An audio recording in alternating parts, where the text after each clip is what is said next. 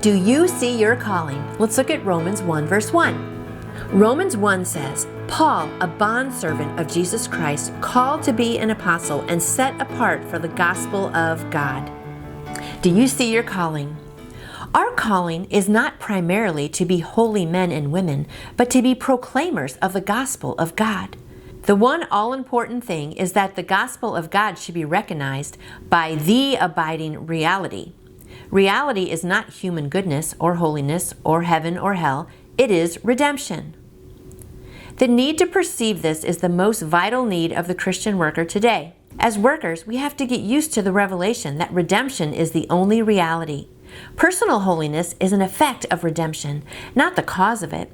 If we place our faith in human goodness, we will go under when testing comes. Paul did not say he separated himself, but when it pleased God who separated me, Galatians 1:15. Paul was not overly interested in his own character.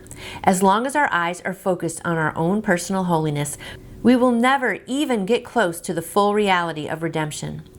Christian workers fail because they place their desire for their own holiness above their desire to know God. Don't ask me to be confronted with the strong reality of redemption on behalf of the filth of human life surrounding me today. What I want is anything that God can do for me to make me more desirable in my own eyes. Isn't that true? To talk that way is a sign that the reality of the gospel of God has not begun to touch me.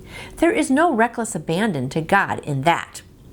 God cannot deliver me while my interest is merely in my own character. Paul was not conscious of himself.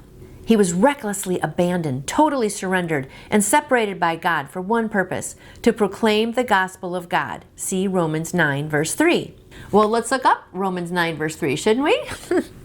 Romans 9, verse 3 says, For I could wish that I myself were cursed and cut off from Christ for the sake of my brothers, those of my own race, the people of Israel.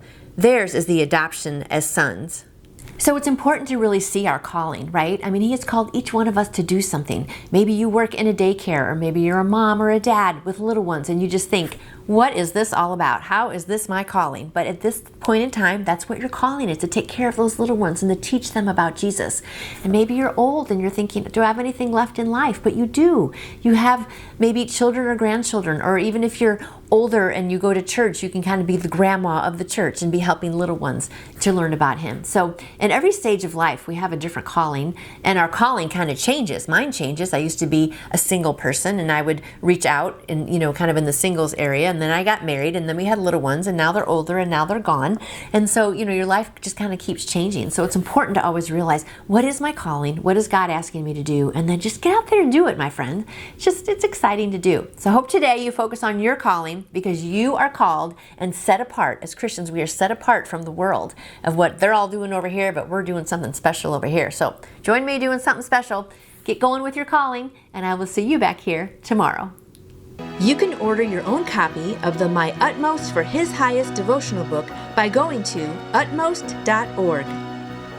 And I would love to answer any questions you may have about faith in Jesus.